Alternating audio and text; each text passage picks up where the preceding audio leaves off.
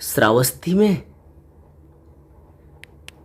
जेतवन में बुद्ध थुल्ल तिस्स थेर को उपदेश देते हुए कहते हैं, श्रावस्ती के जेतवन में, कि उसने मुझे दुर्वचन कहे, उसने मुझे मारा, उसने मुझे परास्त किया, उसने मुझे लूट लिया।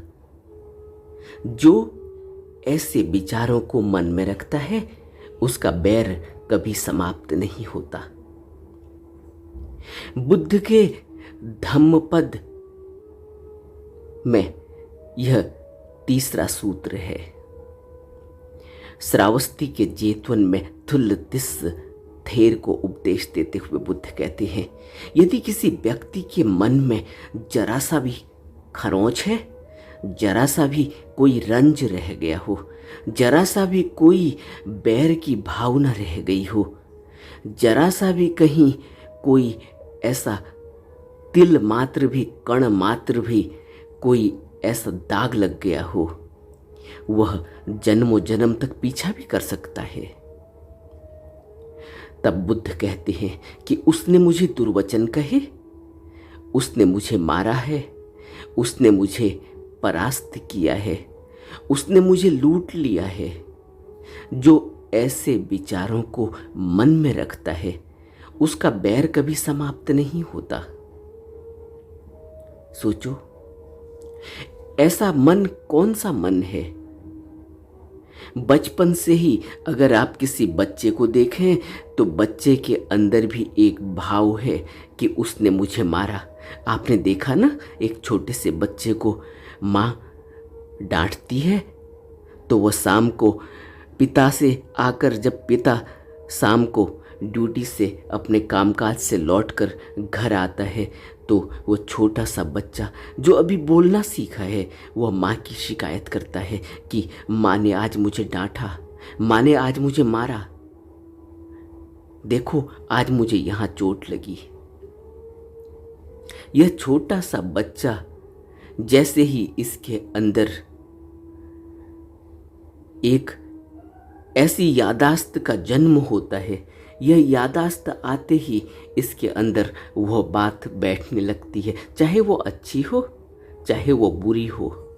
लेकिन अगर इस तरह की कोई भावना बैठती है कि उसने मुझे मारा, उसने मुझे परास्त किया, उसने मुझे लूट लिया, तो यह भावना अंदर इतने गहरे में बैठ जाती है कि जब भी कभी कोई ऐसा भाव गहरे में अंदर बैठ जाता है तो वह उसका फिर बैर कभी समाप्त नहीं होता, क्योंकि धीरे धीरे यह बातें अंदर दबती चली जाती हैं और मन के सबकॉन्शियस पार्ट में चली जाती हैं, मन के उस पिछले भाग में चली जाती हैं, उस यादाश्त वाले भाग में चली जाती हैं जिसको हम सबकॉन्शियस माइंड कहते हैं। और सबकॉन्शियस माइंड में जाते ही कभी भी यह यादाश्त वापस आ जाती है। और जैसे ही यादाश्त वापस आती है, कब आती है यादाश्त वापस? यादाश्त वापस आती है जब कोई व्यक्ति, वही व्यक्ति दोबारा सामने दिखाई देता है, या उसकी याद आती है। किसी बात पर कोई ऐसी बात आ जाती है, जब उसका ख्याल आने लगता है, जब वो सामने दिखाई देने लगता है, उसका चेहरा सामने आता है, उसका चेहरा दिखाई देने लगता है। या कभी कोई ऐसी बात घटी हो तो वह पुरानी बात याद आने लगती है कि कभी किसी ने ऐसा कहा था, यह वो व्यक्ति था। तो यह बातें अंदर इतने गहरे में बैठ जाती हैं कि फिर वह निकलती नहीं और एक बैर की भावना पैदा हो जाती है। और बुद्ध कहते हैं कि जब भी किसी के अंदर बैर की भावना बैठ जाती है तो फिर उसको आध्यात्म में कुछ मिलता नहीं। क्यों नहीं मिलता आध्यात्म में कुछ? क्योंकि आध्यात्म की प्राप्ति के लिए ध्यान साधना की ओर बढ़ने से पहले यह बहुत जरूरी है कि मन साफ हो, मन में कोई रंज न हो। अगर मन साफ नहीं हुआ, अगर मन में रंज है, अगर मन में बैर लगा हुआ है, तो बार बार मन पीछे वापस खींच कर खींच लाता है, बार बार नीचे डुबा देता है। जितनी बार वह बात याद आएंगी, जितनी बार वह व्यक्ति का चेहरा याद आएगा, जितनी बार अंदर वह कड़वाहट महसूस होने लगेगी, उतनी बार मन नीचे गिर जाएगा। और इस मन से ही हमने आध्यात्म की तरक्की करनी होती है, इस मन से ही हमने ध्यान साधना करनी होती है। और जब भी कोई व्यक्ति ध्यान साधना करता है तो अगर उसका मन साफ नहीं हुआ, अगर मन में कई प्रकार के इस तरह की भावनाएं अंदर बैठी हुई हैं, तो जैसे ही मन शांत होता है, आपने मन का स्वभाव देखा ना, जैसे ही आप ध्यान साधना के लिए बैठते हैं वैसे ही मन उन पुरानी तस्वीरों को, उन पुराने कृत्यों को, उन पुरानी यादाश्तों को वापस आपके सामने लेकर आ जाता है, स्क्रीन में लेकर आ जाता है। क्यों लेकर आ जाता है? क्योंकि अब जैसे ही शांत होता है पीछे चले जाता है, अपनी बैक स्क्रीन में चला जाता है, और जो उसकी बैक हिस्ट्री है, उस हिस्ट्री में से वही चीज़ें सामने आने लगती हैं जो कोई बुरा घटा हो। उसने मुझे लूट लिया था, उसने मुझे परास्त कर दिया था, मैं कहीं हार गया, है ना। आपने देखा ना, आज एक सबसे बड़ी परेशानी पैदा हो रही है। मनुष्य के अंदर डिप्रेशन, मनुष्य के अंदर स्ट्रेस, मनुष्य के अंदर एक लूजर होने का भाव पैदा हो रहा है। क्यों? क्योंकि वह कंपटीशन की तरफ भाग रहा है, कॉम्पीट करने की प्रेरणा जगी है, बचपन से ही स्कूल में सिखाई जा रही है।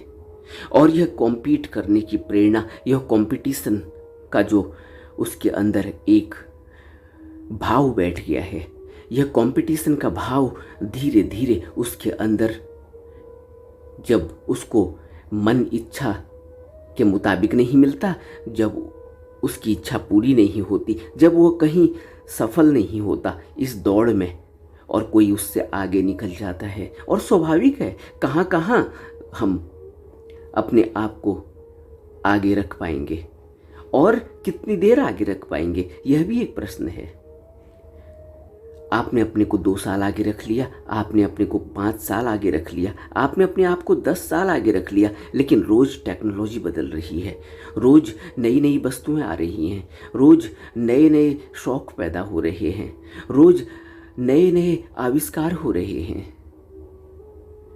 इस रोज़ नई बनती और बिगड़ती हुई वस्तुओं में, रोज़ नई बनती हुई और बिगड़ते हुए इस समाज में हम अपने आप को कितनी देर तक इसके साथ दौड़ा पाएंगे? क्योंकि मनुष्य की एक सीमा है, मनुष्य के शरीर की भी एक अवधि है, एक लिमिटेशन है, और मनुष्य के मन की भी एक लिमिटेशन है। मनुष्य के इस पूरे वजूद का एक निश्चित वक्त है, इसका एक निश्चित टाइम है, और इस निश्चित वक्त और निश्चित टाइम में वह हमेशा ऐसे ही नहीं रहेगा। जैसे अगर वह जवान है, अभी उसके अंदर ऊर्जा है, तो यह ऊर्जा तो हमेशा रहेगी नहीं। एक वक्त ऐसा आएगा जब यह ऊर्जा कम होने लगेगी। तो क्या उस समय वह व्यक्ति यह महसूस करेगा अपने को कि उसको अब सारी वस्तुओं का भोग करने को नहीं मिल रहा है? तो वह व्यक्ति फिर बुद्धिमान नहीं है, क्योंकि वक्त के साथ साथ हमें अपने आप को कहीं न कहीं ऐसी जगह पर लाकर ठहरना होता है। और अगर हम आध्यात्म की तरफ बढ़ते हैं तो हमारे अंदर ठहराव आता है, हमारे को मन की समझ आती है, और मन की समझ जिसको आती है वही जान पाता है कि यह मन अंधा कुआं है, यह कभी भरने वाला नहीं, यह रोज बदलती हुई चीजों में आगे दौड़ना चाहता है। शरीर कमजोर पड़ जाता है, लेकिन मन की आज भी चाल वही है, मन आज भी उतना ही तेज है। और जब मन की चाल उतनी ही तेज है तो आप सोचो कि क्या हम इस शरीर से जो रोज रोज ढलता चला जाता है, क्या हम मन की इस चाल को कभी पकड़ पाएंगे? तो मन फिर बाद में कहता है कि तुम तो लूजर हो। एक भाव आता है, जिस व्यक्ति के अंदर इस तरह के भावनाएं रखने का और इस तरह के भाव बैठाने का और इस तरह के अपने किसी भी नेगेटिविटी को, किसी भी नकारात्मक सोच को बैठा कर रखने का भाव, बैठा कर रखने की आदत है, उस व्यक्ति के अंदर बार बार वह नकारात्मक चीज़ें वापस आती हैं, वापस बार बार उसका मन उसके दृष्टि पटल पर लाकर रख देता है। आपने देखा ना, धम्मपद के इस तीसरे सूत्र को अगर आप ध्यान से एक बार पढ़ें तो आप देखेंगे कि यह उस व्यक्ति की कहानी है, उस व्यक्ति के मन की कहानी है जिस व्यक्ति के अंदर नकारात्मक सोच है। जो व्यक्ति एक जगह रुक जाता है किसी घटना के बाद, किसी नकारात्मक घटना के बाद, वह अपने आप को भुला नहीं पाता, वह उस घटना को भुला नहीं पाता और अपने पूरे जीवन को ही वह नरक बना लेता है। यह पूरी नकारात्मक सोच का जो यह तीसरा सूत्र है, यह मनुष्य की नकारात्मक सोच से जुड़ा हुआ है। इसको एक बार हमें पढ़ना होगा। बुद्ध कहते हैं कि उसने मुझे दुर्वचन कहे, उसने मुझे मारा, उसने मुझे परास्त किया, उसने मुझे लूट लिया। जो ऐसे विचारों को मन में रखता है उसका बैर कभी समाप्त नहीं होता। यह पूरा का पूरा सूत्र मनुष्य के उस मन की कहानी है जो बहुत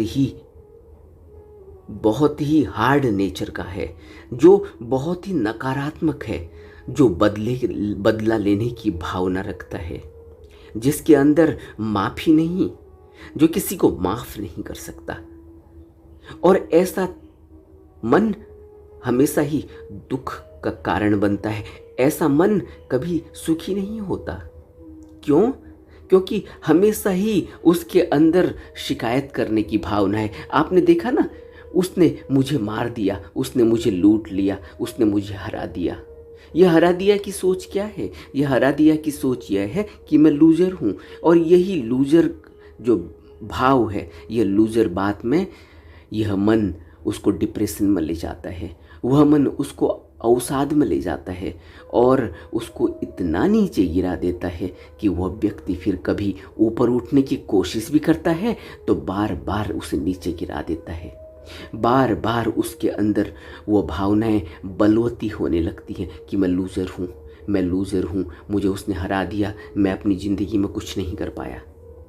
यह धम्मपद का तीसरा सूत्र भगवान बुद्ध ने उन लोगों को सचेत करने के लिए कहा जिन लोगों के अंदर नकारात्मक सोच बैठ जाती है, जिनके मन के अंदर सिर्फ नकारात्मक भावनाएं उठती हैं। उनको सचेत करने के लिए यह सूत्र कहा गया कि कभी भी इस तरह की बातों को अपने अंदर में मत बैठने दो। क्यों? कैसे इससे ऊपर उठा जा सकता है? बुद्ध कहते हैं कि तुम्हारे अंदर तर्क करने की शक्ति है। बुद्ध कहते हैं कि तुम्हारे अंदर ऐसा विवेक है, ऐसी प्रज्ञा है जो सिर्फ मनुष्य को मिली हुई है। मनुष्य अपनी इस प्रज्ञा की शक्ति से, इस विवेक की शक्ति से, इस तर्क शक्ति से यह सोच सकता है कि क्या उसके लिए अच्छा है, क्या उसके लिए बुरा है, कौन सी भावनाएं, कौन से विचार उसके लिए आगे बढ़ने में प्रगति का कारण बनेंगे और कौन सी भावनाएं और कौन से विचार उसके अंदर नकारात्मक सोच पैदा कर देंगे और उसको बार बार नीचे गिरा देंगे। और जिस भी व्यक्ति का मन सकारात्मक नहीं होता वह आध्यात्म के मार्ग पर आगे कैसे चल पाएगा? जरा सोचो। क्योंकि आध्यात्म के मार्ग पर आगे चलने के लिए तो हमेशा ही सकारात्मक सोच होनी होगी। हमेशा ही यह सोचना होगा कि मैं हर कदम आगे को बढ़ा रहा हूँ। मैं अगर डगमगा भी रहा हूँ, मैं अगर गिर भी रहा हूँ तो मैं उठ रहा हूँ और फिर आगे को बढ़ रहा हूँ। क्यों? क्योंकि मुझे तो भगवान ने जैसी देशना दी है, मुझे तो भगवान ने जैसे उपदेश दिए, मुझे तो उन उपदेशों का पालन करना है। मेरे लिए ज़िंदगी में कोई भी चीज़ इतनी महत्वपूर्ण नहीं जितना कि भगवान बुद्ध के उपदेश। और बुद्ध हमसे क्या कहते हैं? बुद्ध हमसे कहते हैं कि यह भावना कि उसने मुझे मारा, इस बात को निकाल दो, क्योंकि जो घटना घटी वो तो घट गई, वो तो प्रेजेंट मोमेंट में अब नहीं है। अब प्रेजेंट मोमेंट में आ जाओ, यहीं से यह सूत्र काम आता है कि हमेशा ही वर्तमान में रहो। वर्तमान में रहने का जो सूत्र है भगवान बुद्ध का, वो यही है कि उसने मुझे मारा, वो घटना तो घट गई, अब कुछ नहीं किया जा सकता। अब अगर इस विचार को बार बार मन में दोहराएंगे कि उसने मुझे मारा, उसने मुझे क्यों मारा, मेरी कोई गलती नहीं थी, अब इसका कोई फायदा नहीं। क्यों? क्योंकि अब तो जो होना था हो गया। अब तो आगे बढ़ना है। हमें यह देखना है कि अब हम प्रेजेंट में हैं, अब हम वर्तमान में हैं। अब इस वर्तमान में कैसे इस बात से आगे बढ़ा जाए कि जो घटना घटी थी उसका मुझ पर कोई प्रभाव नहीं पड़ना चाहिए। हमें इस बात से आगे बढ़ना होगा। या उसने मुझे परास्त कर दिया, उसने मुझे हरा दिया, या मैं लूजर हूँ, या मैं कुछ कर नहीं पाया, यह बातें नहीं। यह बातें जो होनी थी वो तो हो चुकी। अब तो हम वर्तमान में हैं, अब तो हम फिर से एक नया जीवन जी रहे हैं। रोज व्यक्ति रात में जब सोता है तो सोना एक प्रकार की मौत है, वह मर ही गया होता है। क्या आपने सोने के बाद कभी यह ख्याल किसी मनुष्य को आते हुए देखा कि उसको कल को बैंक के लोन की किस्त चुकानी है?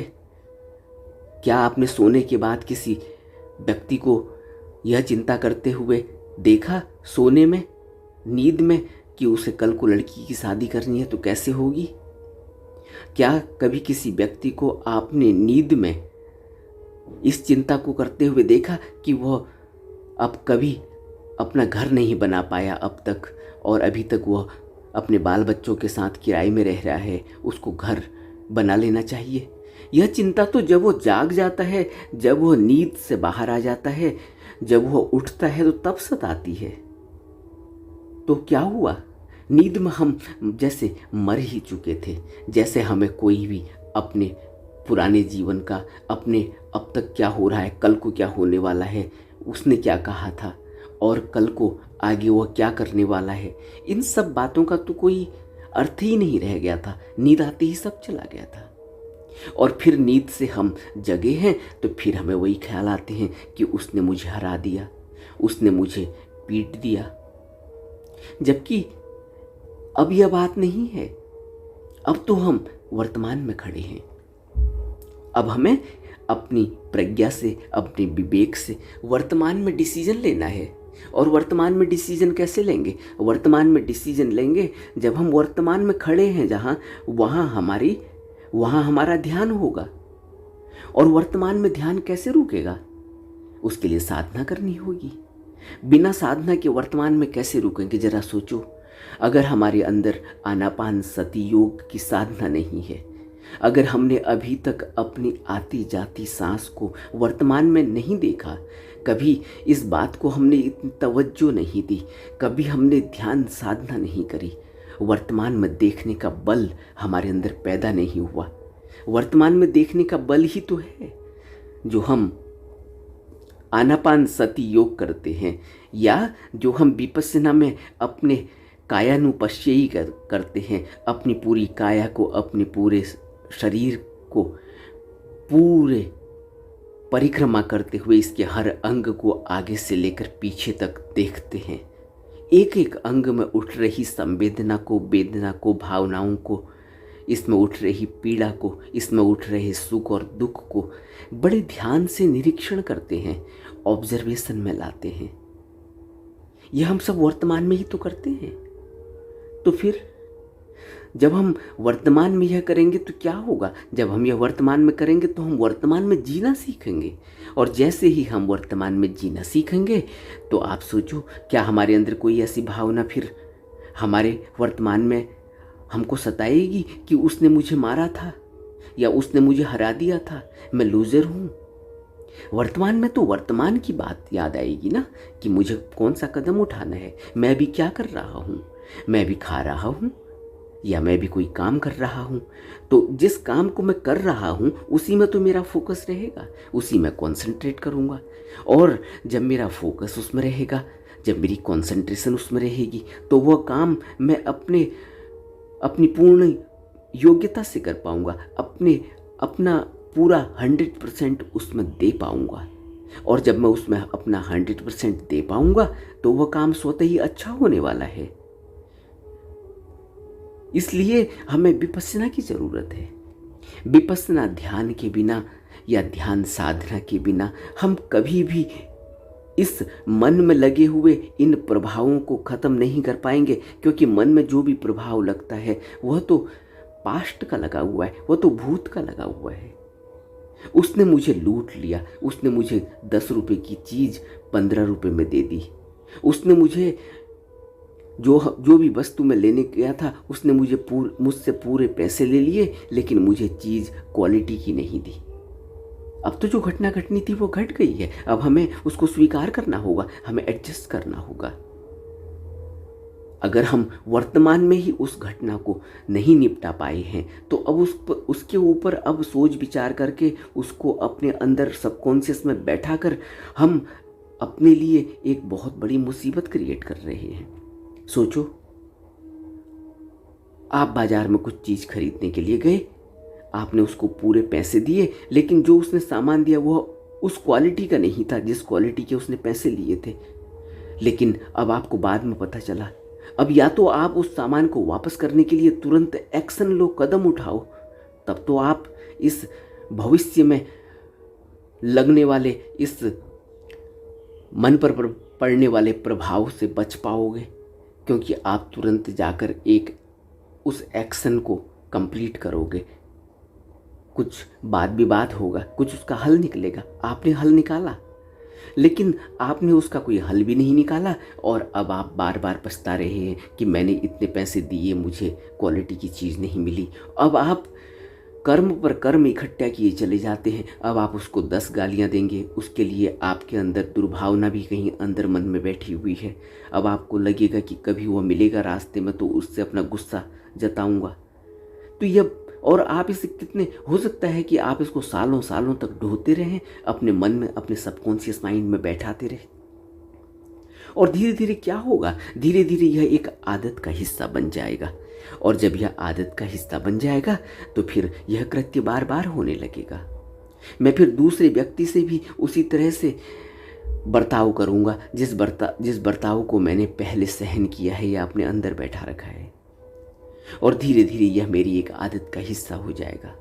यह क्यों होता है? यह इसीलिए होता है क्योंकि मैंने अभी ध्यान को इतनी गहराई में अपने अंदर अनुभव नहीं किया।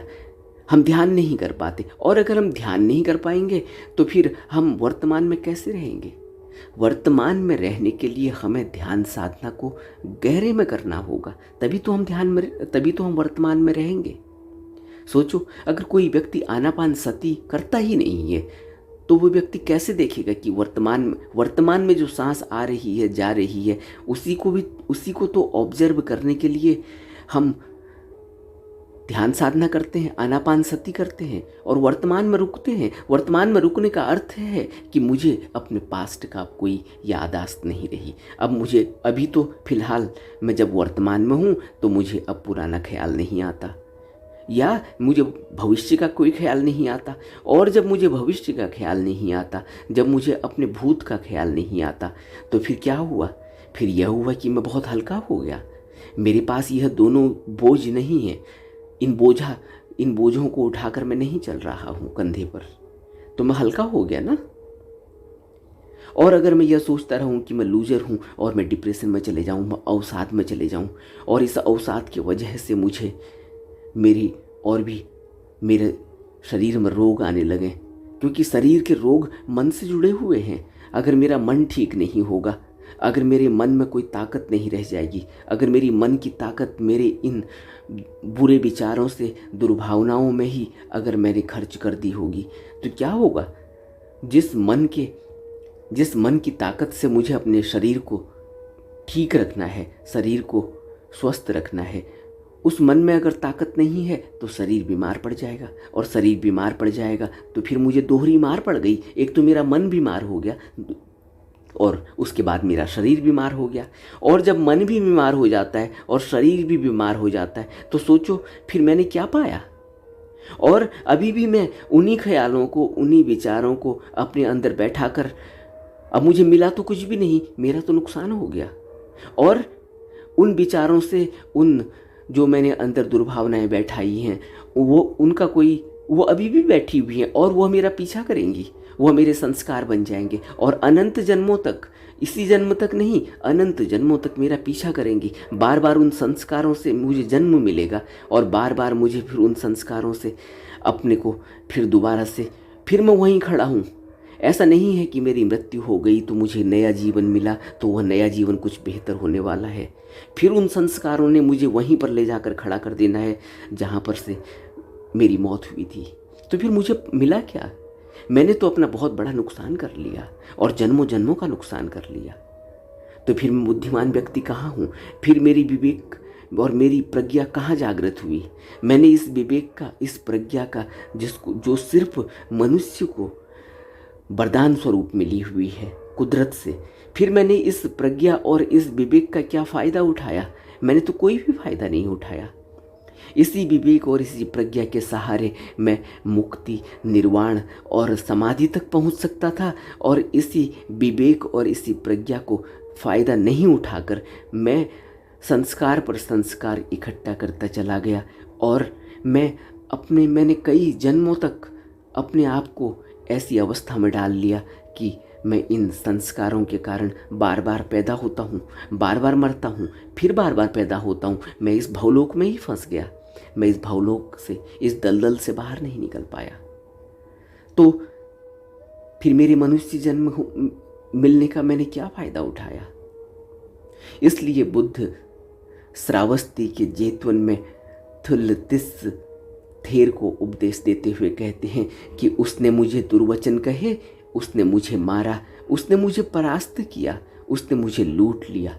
जो ऐसे विचारों को मन में रखता है उसका बैर कभी समाप्त नहीं होता। इसलिए हमें तो अपने रोज के कृत्य को, या जो भी कृत्य हम वर्तमान में कर रहे हैं, उस कृत्य को उसी समय उसका निपटारा कर लेना चाहिए, उसका भुगतान, उसका समाधान कर लेना चाहिए, ताकि उसका कोई भी दाग, उसका कोई भी उसका रंज हमारे मन में जुड़ा न रहे, मन में लगा न रहे, क्योंकि यह पीछा करेगा, यह बार बार फिर हमें सताएगा। अच्छा हो तो अच्छाई के लिए फिर बार बार हमें उस अच्छाई के लिए जाना जाएगा, और अगर वो बुरा हुआ तो फिर हमें बुरे के लिए जाना जाएगा। लेकिन अगर हमारे अंदर नकारात्मक सोच पैदा हो गई इस वजह से, और हमारी नकारात्मकता उससे बढ़ती चली गई, तो फिर हमारा भविष्य, हमारे आने वाले दिन, हमारा बचा हुआ जीवन नकारात्मक सोच की आदत बना लेगा, और फिर हमें उसके बहुत ही गंभीर परिणाम भुगतने होंगे, क्योंकि हर नकारात्मक सोच हमारे अंदर बैठती चली जाएगी और वह इतना बड़ा ढेर बन जाएगी कि एक दिन हम उस ढेर में ही पता नहीं कहाँ खो जाएंगे। और वह दुर्भावनाएं, वह दुर्गंध, वह कूड़े के ढेर की तरह हमारे अंदर मन में लगे हुए यह संस्कार हमें इतने दुर्गंध से भर देंगे, इतनी दुर्भावनाओं से भर देंगे कि हमारे अंदर बदला लेने की भावनाएं, हमारे अंदर अवसाद यानी मन की बीमारी, हमारे अंदर शरीर की बीमारी, और हमारे अंदर बदला लेने की भावनाएं पैदा हो जाएंगी, और हमारा जीवन नरक बन जाने वाला है। क्योंकि फिर हम किसी के लिए कुछ नहीं करेंगे, फिर तो हम सिर्फ अपने को बचाने के पीछे लगे रहेंगे, फिर तो हम सिर्फ अपना बदला लेने के लिए, उस आदमी को मजा चखाने के लिए, उस आदमी का किसी तरह से नुकसान करने के लिए, उस आदमी पर किसी तरह से गुस्सा, अपनी भड़ास निकालने के लिए ही अपना जीवन जिएंगे। और यह जीवन नरक हो गया है, यह जीवन नरक का जीवन है जो अब हम आगे को जिएंगे। तो हमें विचार करना होगा, और बहुत गहरा विचार करना होगा बुद्ध के इन उपदेशों पर, कि अगर कोई व्यक्ति हमसे दुर्वचन कहता है, अगर कोई व्यक्ति हमें मारता है, अगर कोई व्यक्ति हमें परास्त करता है, हम हार जाते हैं, या कोई व्यक्ति हमें लूट लेता है, हमारा नुकसान कर देता है, तब भी हमें ऐसे विचारों को अपने मन में नहीं रखना चाहिए। हमें बहुत सावधानी बरतनी होगी और हमें इन सभी विचारों का हिसाब जिस समय यह कर्म हो रहा होता है उसी समय कर लेना होगा, अपनी विवेक के सहारे, अपने तर्क के सहारे और अपनी प्रज्ञा के सहारे इनका निपटान कर लेना होगा। बातचीत के सहारे करना होगा, माफ़ी दे देने से कर लेना होगा, माफ़ी ले लेने से कर लेना होगा, माफ़ी मांग लेने से कर लेना होगा, उसको माफ़ कर देने से कर लेना होगा, प्रार्थना के जरिए कर देना होगा, किसी भी तरीके से कर देना होगा। लेकिन इनका निपटारा उसी समय कर देना होगा जिस समय ये घटनाएं घटती हैं, नहीं तो हम कभी भी मुक्त नहीं हो पाएंगे। इसीलिए बुद्ध कहते हैं कि उसका बैर कभी समाप्त नहीं होता, जन्मों जन्मों तक पीछा करता है। आपने देखा ना, एक भैंसा दूसरे भैंसे से लड़ता है, एक बैल, एक सांड दूसरे सांड से लड़ता है और तब तक नहीं छोड़ता जब तक दूसरे को जान से मार नहीं देता। आप देखते हैं यह कितनी बड़ी दुश्मनी है, जन्मों जन्मों तक पीछा करती है और प्राणी दर प्राणी पीछा करती है। ऐसा ही नहीं कि मनुष्य में ही पीछा करती है, जन्मों जन्मों तक और योनियों तक पीछा करती है, निचली योनियों तक पीछा करती है, छोड़ती नहीं। हमें बहुत ही सावधान रहना होगा, हमें बहुत ही विवेकशील रहना होगा, हमें बहुत ही प्रज्ञावान होना होगा, हमें बहुत सावधानी बरतनी होगी। हमें अपने हर कृत्य का निपटारा उसी समय जब घटना घट रही है कर लेना होगा। हमें माफ़ कर देना होगा, हमें करुणा दिखानी होगी, हमें दया दिखानी होगी। हमारे अंदर विवेक की जागृति से उस कर्म को निपटाने की क्षमता होनी चाहिए, तब हम इस कर्म और फल के नियम से बाहर निकल पाएंगे। तब हम समाधि के मार्ग पर, तब हम निर्वाण के मार्ग पर, तब हम भगवान बुद्ध के बताए हुए मार्ग पर कदम बढ़ा पाएंगे। नहीं तो कदम ही नहीं बढ़ने वाले, क्योंकि यह इतनी बड़ी बेड़ियां हैं, यह नकारात्मक सोच, यह नकारात्मक कर्म इतनी बड़ी बेड़ियां हैं कि यह हमें आगे ही नहीं बढ़ने देंगे। हमें बहुत गहरा विचार करना होगा।